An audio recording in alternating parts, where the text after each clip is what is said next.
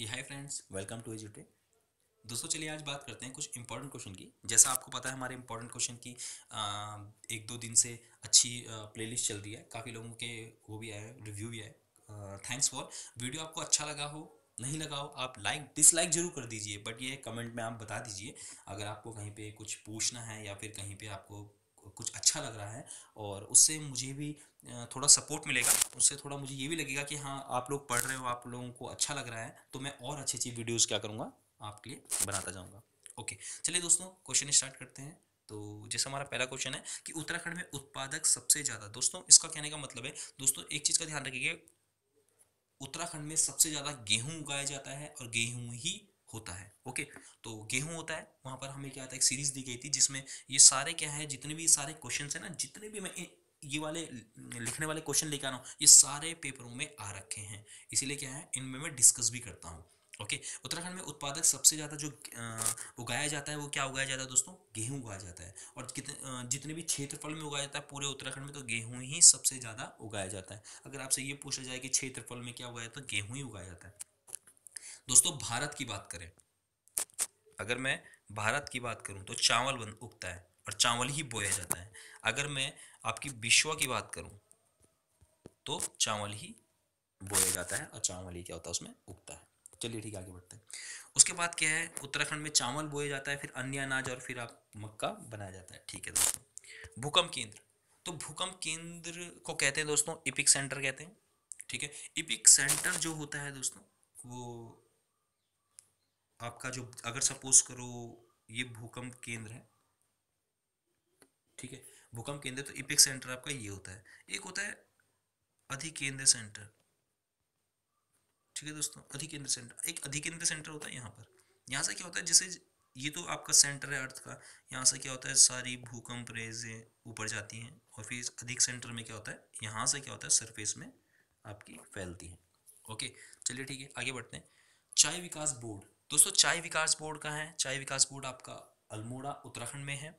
अगर बात करूँ मैं उत्तराखंड की जनसंख्या वृद्धि, उत्तराखंड में जनसंख्या वृद्धि, अगर आपसे ये क्वेश्चन पूछ लिया जाए कि उत्तराखंड में सबसे ज़्यादा जनसंख्या वृद्धि कहाँ हुई है, मतलब कहाँ हुई का मतलब कब हुई है, ठीक है, तो हमेशा 1971 से आपका 1981 के बीच में जो हमारी वो चली थी, जनगणना चली थी, तो सबसे अधिक क्या था, इसी के टाइम पे रही थी। इसके बाद क्या थी, घटी, फिर हल्की हल्की बढ़ रही है, तो उसमें फ्लक्चुएशन है, बट सबसे ज़्यादा जो उत्तराखंड की जनसंख्या बढ़ी है तो 1971 से 1981 के हाथ में बढ़ी है। एक और क्वेश्चन आया था पेपर में कि हाथ का आभूषण क्या है। हाथ का आभूषण, उन ऑप्शनों में आपका आंसर था आपका गुंठी। गुंठी एक हाथ का आभूषण है। ओके, चलिए फिर आगे बढ़ते हैं अपने प्लेलिस्ट में। दोस्तों कत्यूरी राज का आखिरी राजा कौन था, मतलब सबसे लास्ट राजा कौन था, तो ब्रह्मदेव इसका आंसर था। ये बहुत बार क्वेश्चन ये भी आ चुका है दोस्तों। अब वहाँ पर क्या था, आपको दो ऑप्शन दिए थे, फर्स्ट और सेकंड, मतलब सूची फर्स्ट और सूची सेकंड दी थी, आपको मिलाना था। तो डोट पाली क्या था आपका, जागर के लिए यूज होता है। हुडका क्या था आपका, कृषि एवं जागर के लिए था। ढोल क्या था आपका, विवाह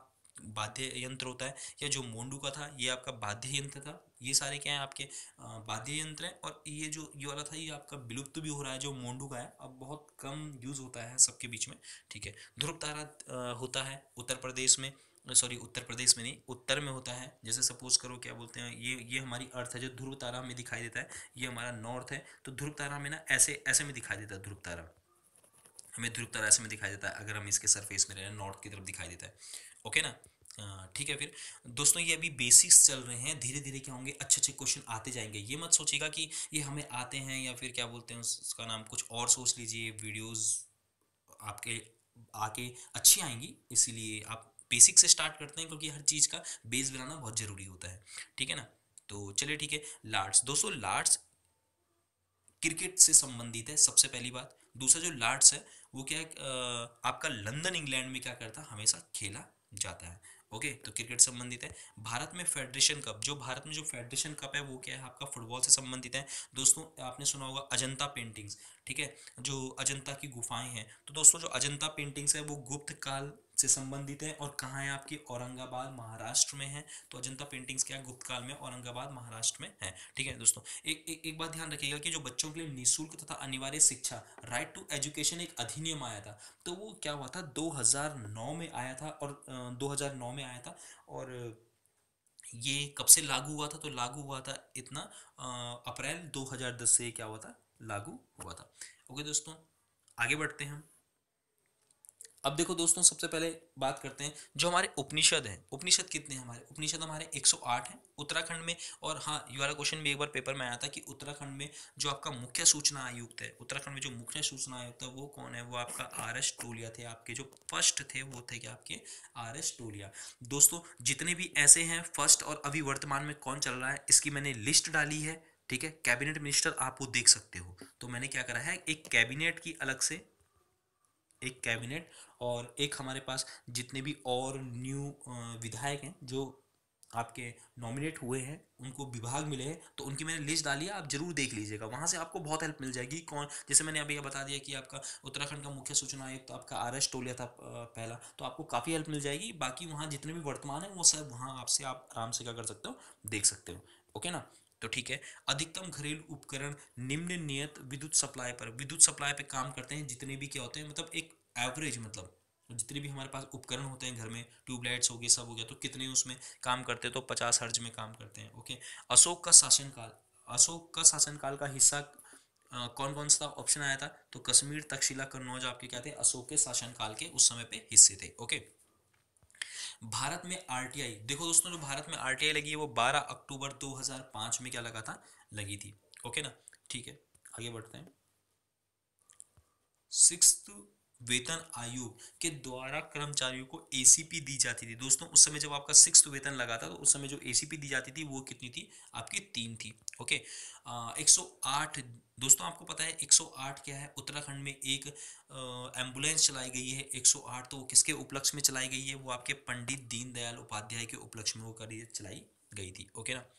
उत्तराखंड में राजकीय डिजाइन केंद्र, दोस्तों राजकीय डिजाइन केंद्र है काशीपुर, उधम सिंह नगर में राजकीय डिजाइन केंद्र है। अगर आपसे आईआईएम पूछा जाए तो आईआईएम भी काशीपुर, और काशीपुर का है दोस्तों आपका उधम सिंह नगर में है। अगर आपसे दोस्तों ये पूछा जाए कि केंद्रीय मृदा जल, मृदा एवं जल संरक्षण, जैसे ही जल से आएगा ना तो आपको देहरादून मारना है, पहली बात तो ये।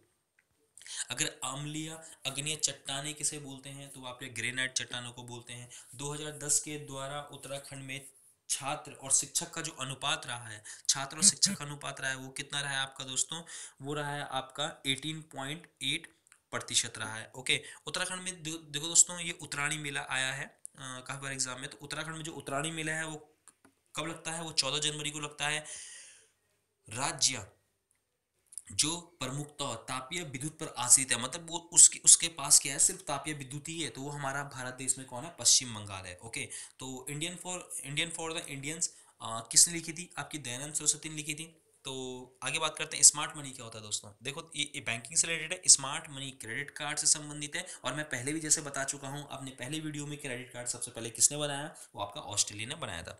दोस्तों उत्तराखंड का जो 2011 के अनुसार जो आपका 0 से 6 वर्ष के जो क्या होते हैं, बच्चे होते हैं, उसका जो सेक्स रेशियो है दोस्तों, उसका सेक्स रेशियो दोस्तों क्या है? उसका सेक्स रेशियो है आपका 1914। 1914 दोस्तों, कहीं पे आपको 1916 भी मिल जाएगा। ठीक है ना? कहीं पे आपको क्या मिल जाएगा? आपका सॉरी 916 भी आपको मिल जाएगा। तो दोस्तों अगर ऑप्शन में क्या रहेगा? 914 रहेगा तो आप 914 मारेंगे, 916 रहेगा तो आप 916 मारेंगे। अगर आपके पास दोनों दे दिए जाएं तो आप 916 मारेंगे। ठीक है? क्योंकि जो आंसर पेपर में है ना उत्तराखंड के, उसमें तो वो 916 को मानता है।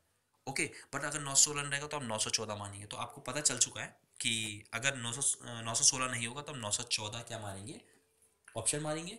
अगर दोनों आएंगे तो 916, और अगर ये नहीं आएगा और 916 आएगा तो हम 916 ही मारेंगे। क्योंकि दोस्तों अब ये फ्लक्चुएशन चलता रहता है। आयोग वाला इसे मानता है 914 को, 916 ग्रुप सी वाले मानते हैं, तो इसे मैंने आपको बता दिया। ओके। ठीक है दोस्तों, एग्रीकल्चर, तो एग्रीकल्चर दोस्तों आपका क्या एक लैटिन भाषा से संबंधित है। ये पूछा जाता है कि जो आपका वो है एग्रीकल्चर है वो किससे संबंधित है। दोस्तों बात करते हैं इंटरनेट का। दोस्तों इंटरनेट का आविष्कार एक अमेरिका के वैज्ञानिक ने, जो आपका विंस्टन सर्फ है, उसने किया था। और आपका जो विश्व में इंटरनेट आया वो कौन से सन में आया था? 1975 में। तो इसको याद कर लीजिए। और भारत में जो इंटरनेट की शुरुआत हुई थी वो 1995 में स्टार्ट हुई थी। ओके दोस्तों, 1995 में भारत में, और वर्ल्ड में भी थी 1975 में। ओके। ठीक है दोस्तों, अपने वीडियो में हम क्या करते हैं, आगे बढ़ते हैं। अब दोस्तों यहाँ पर क्या है, आपसे ये पूछा जा सकता है कि ट्रक फार्मिंग क्या है। तो दोस्तों ट्रक फार्मिंग हमेशा सब्जियों से रिलेटेड है। एक है राइस। दोस्तों जैसा मैंने आपको बताया कि राइस जो पूरे विश्व में सबसे ज़्यादा जो उगाया जाता है, विश्व में जो सबसे ज़्यादा उगाया जाता है वो क्या है आपका, चावल है। भारत भारत में भी क्या उगाया जाता है, चावल उगाया जाता है। ठीक है ना, सही से लिख देते हैं चावल। तो भारत में क्या है आपका, चावल उगाया जाता है। ओके, चलिए बात करते हैं इंटरनेशनल राइस रिसर्च इंस्टीट्यूट कहाँ है दोस्तों। इंटरनेशनल राइस रिसर्च इंस्टीट्यूट आपका मनीला में है। ठीक है, आपका क्या है, मनीला में है। ओके, और अगर मैं भारत की बात करूं कि जो आपका राइस रिसर्च इंस्टीट्यूट है तो वो आपका कटक उड़ीसा में है, इंडिया का। ओके, संयुक्त राष्ट्र संघ में वीटो पावर। दोस्तों जो संयुक्त राष्ट्र संघ है, जो आपने यूएनओ सुना हुआ है, जो यूएनओ सुना है आपने, जो आपका स्टेबलाइज हुआ था 1945 में स्टेबलाइज हुआ था। ओके, तो अगर मैं बात करूं संयुक्त राष्ट्र संघ में जो वीटो पावर है वो कितने देशों के पास है, 5 मैंने लिख दिया गया है। अमेरिका, ब्रिटेन, फ्रांस, चीन और रूस, इनके पास क्या, हमारे पास यूएनओ की पावर है। दोस्तों सबसे पहले बात करते हैं इंटरनेशनल रेड क्रॉस का जो मुख्यालय है, रेड क्रॉस का जो मुख्यालय है वो कहाँ है आपका, जिनेवा में है। और रेड क्रॉस डे मनाया जाता है 8 मई को मनाया जाता है, तो इसलिए ध्यान रखिएगा कि, इसलिए मैं यहाँ पर सब चीज़ लिख देता हूँ ताकि आपको अच्छे से एक ही वीडियो में आपको हर चीज़ का नॉलेज आए। जो जो क्वेश्चन पूछे जाते हैं, जैसे इंटरनेशनल रेड क्रॉस का मुख्यालय कहाँ है, जिनेवा में है। रेड क्रॉस डे कब मनाया जाता है, 8 मई को मनाया जाता है। तो दोस्तों ऐसे क्वेश्चन क्या है, मैं इसीलिए एक ही उसमें सब कुछ लिख के आपको वीडियो बना के देता हूँ। ओके, प्रथम एशिया टाइगर सफारी बनाया गया था। तो प्रथम एशिया टाइगर सफारी कहाँ बनाया गया था दोस्तों, जिम कॉर्बेट पार्क में बनाया गया था। और जो जिम कॉर्बेट पार्क आपका स्टेबलाइज हुआ था, तो स्टेबलाइज आपका 1936 में क्या हुआ था, स्टेबलाइज हुआ था। ओके, अब दोस्तों क्या है, जो हमारे पास एक पूछा जाता है कि उबेर कप किससे संबंधित है। दोस्तों उबेर कप जो संबंधित है वो आपका महिला के बैडमिंटन से संबंधित है। डेविस कप आपके लॉन्ग टेनिस से संबंधित है। वाल्कर कप आपके गोल्फ से संबंधित है। और जो विलियम कप है वो आपका क्या है, बास्केटबॉल से संबंधित है। ओके दोस्तों, एक क्वेश्चन आपका ग्रुप सी में यह आया था कि जो क्ले मृतिका कण का अधिकतर आकार होता है वो कितना आकार होता है, वो 0.002 mm उसका क्या होता है, आकार होता है। ठीक है दोस्तों, बात करते हैं चुनाव आयोग के अधिकार क्षेत्र में। दोस्तों देखो जो उसका अधिकार क्षेत्र में आता है चुनाव आयोग के, तो चुनाव आयोग के अधिकार क्षेत्र में क्या आता है, एक तो आपका राजनीतिक पार्टी की मान्यता आती है, राष्ट्रपति का चुनाव करना आता है, और राजनीतिक पार्टियों का चुनाव चिन्ह आवंटन आता है। मतलब ये है कि वो चुनाव चिन्ह भी देती है और चुनाव भी किसके अंडर आता है, वो चुनाव आयोग के अंदर आता है। और राजनीतिक पार्टियों को मान्यता भी देती है कि किसको मान्यता देनी है। ठीक है ना दोस्तों, बात करते हैं चुनाव आयोग। चुनाव आयोग आपका आर्टिकल 324 के अंदर आता है, तो इसलिए इसे ध्यान रखिएगा, बहुत बार पूछा जा चुका है ये भी। 2011 के अनुसार जो अधिक जनसंख्या है दोस्तों, जो 2011 के अनुसार जो अधिक जनसंख्या है वो आपका उत्तर प्रदेश में आई है, और जो सबसे कम है वो आपका सिक्किम में है। क्योंकि आपको पता है ना, सिक्किम में इधर से ये आपका नेपाल हो गया, ये आपका भूटान हो गया, और ये आपका क्या आता है, सिक्किम आता है। ठीक है दोस्तों, और अब आगे बढ़ते हैं हम अपने उसमें। अगर बात करें कि केंद्र शासित प्रदेश में जो सेक्स रेशियो है वो कम किस में है, सेक्स रेशियो सबसे कम है वो दमन व द्वीप में है, और सबसे ज़्यादा आपका पुडुचेरी में है। तो पुडुचेरी, एक बात ध्यान रखिएगा दोस्तों, तीन तीन स्टेट में फैला हुआ है जो आपका पुडुचेरी है। ठीक है, चलिए फिर आगे बढ़ते हैं। अब दोस्तों राज्य के ज्यादा और कम वाला जो सेक्स रेशियो है, अगर मैं स्टेट की बात करूं कि सबसे ज्यादा जो सेक्स रेशियो किस में है, सबसे ज्यादा सेक्स रेशियो दोस्तों केरल में है, और सबसे कम आपका क्या है, हरियाणा में है। दोस्तों एक और चीज का ध्यान रखिएगा, बहुत बार पूछा जा चुका है कि खेराज क्या है। ठीक है, बहुत बार पूछा जाता है खेराज क्या है, तो खेराज आपका एक भूमि कर था। ठीक है, एक आपका लैंड रेवेन्यू था, तो इसलिए ध्यान रखिएगा। और आज के लिए इतना ही रखते हैं। ओके, अगर वीडियो अच्छा लगा हो तो सब्सक्राइब कीजिए, और जो हमारे नए व्यूअर्स हैं तो सबसे पहले तो चैनल को सब्सक्राइब कर दीजिए, ताकि आपको जितने भी मेरे नए वीडियोस हैं आते रहेंगे तो आपको पता चलता रहेगा। ओके, और बेल आइकन को प्रेस करना ना भूलें, ताकि आपको नोटिफिकेशन जब भी आएगा तो आपको बेल के द्वारा पता चल जाएगा। ओके, आज के लिए इतना ही रखते हैं। थैंक यू दोस्तों।